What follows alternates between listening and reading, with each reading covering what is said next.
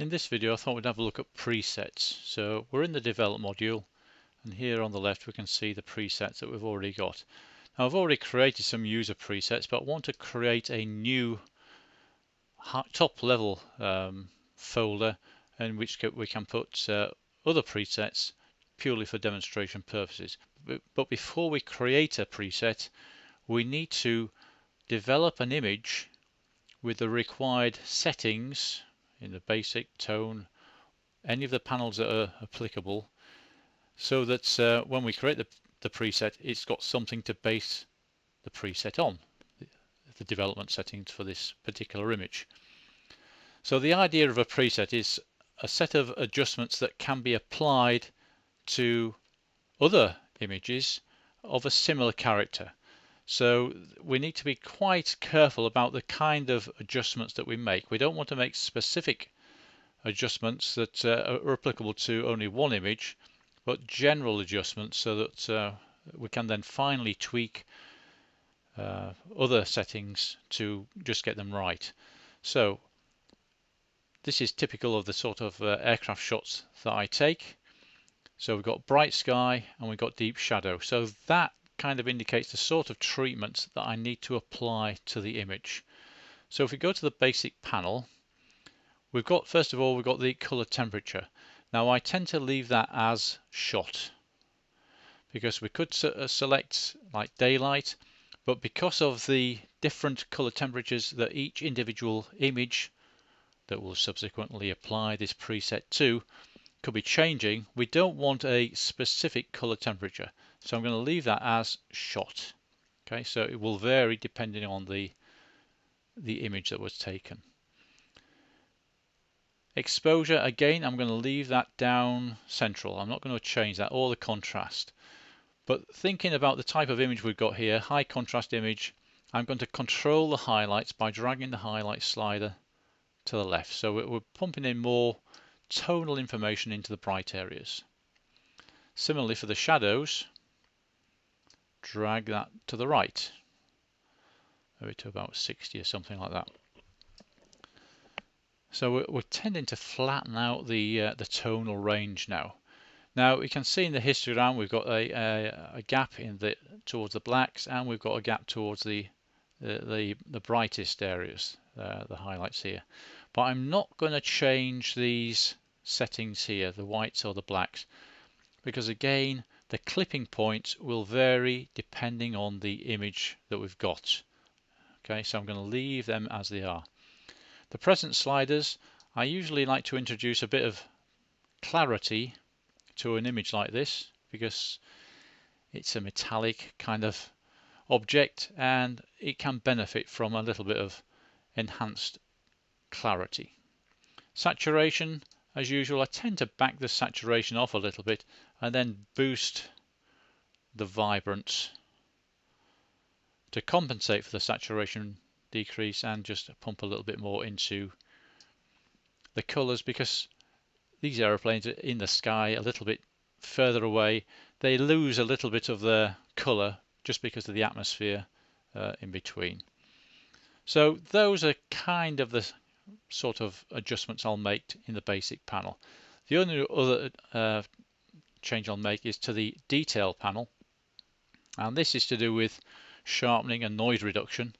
And because most of the image I take are taken at ISO 400 or 800 or even 1600, I need a bit of noise reduction applied. So I'm going to put that up to about 10 noise reduction. The color I'm going to leave as it is, but say that it's luminance noise reduction, and I'll leave these other settings at their default settings there. Sharpening, I usually apply some pre-sharpening, usually to about 40. Leave these radius and detail about that size, although you might just put that up to about 1.2, sometimes use it, something like that. And then the masking slider, press the Alt key, and we get to about 70 or so, like that. So only the white areas are being sharpened, and the black areas, like all the clouds, don't have any sharpening applied.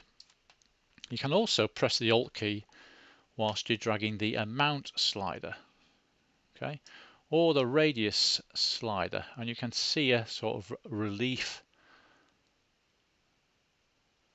visibility of that, and indeed the detail slider.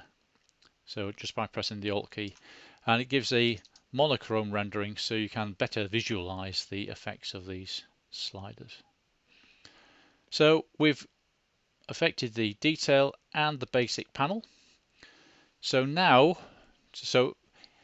I would then go on to change the whites and the blacks for this specific image, and maybe one or two other little things, but that is what I want for my preset. Okay, so now we can go to the presets panel, and I want to create a top level folder for a start. These are like top level folders because they've got subfolders within them. So I want to create a top level folder, so I'm going to select create new preset, and in here I want to create a new folder. So we'll call this demo.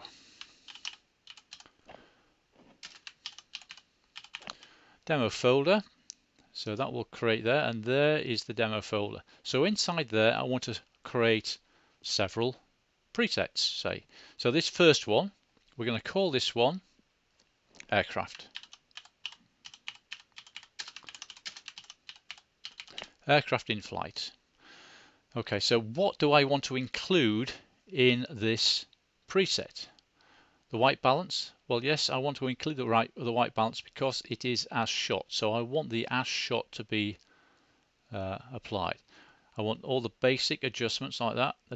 The tone curve doesn't really matter because I haven't adjusted the tone curve, but I could undo that if I wanted to.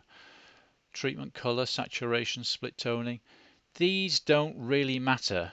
However, if I'd have just done one split toning adjustment and nothing else, I'd have wanted to make sure that all of these ticks are undone apart from the split toning. So that way I could apply a split toning setting to any image without affecting all the other settings. Because at the moment, every setting here will be applied to an image even though it's got settings already applied to it. These would overwrite the settings. So lens corrections, we can maybe get rid of that. Transform, effects, process version, I want it to be the 2012, which this is, and calibration, yeah. So noise reduction, luminosity, I don't want these filters, split toning, color saturation, vibrance, color adjustments, treatment. Okay, so I'll leave those as they are because they're applicable to what I've just done here, and I can create the preset. And here we have aircraft in flight preset. So now if we go to our library module, there's an aircraft. I could apply the preset. Now in the library module, I could go back to the develop module and I could apply the preset here. Okay, so you can see the sliders have moved. Let's just go back to unprocessed. I'll go back to the library module, because in the library module I'll go to the loop view so you can see it. We've got a saved preset. Well, under here there's demo folder we just created, aircraft in flight. So we can apply the preset from within the library module. And if we go to the grid view, there's another aircraft. I'm going to click on that, press the shift key, find another aircraft, and isn't it typical, you can never find an aircraft when you need one. Here we go.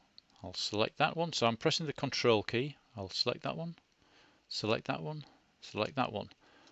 Up to our saved preset, demo folder, aircraft in flight.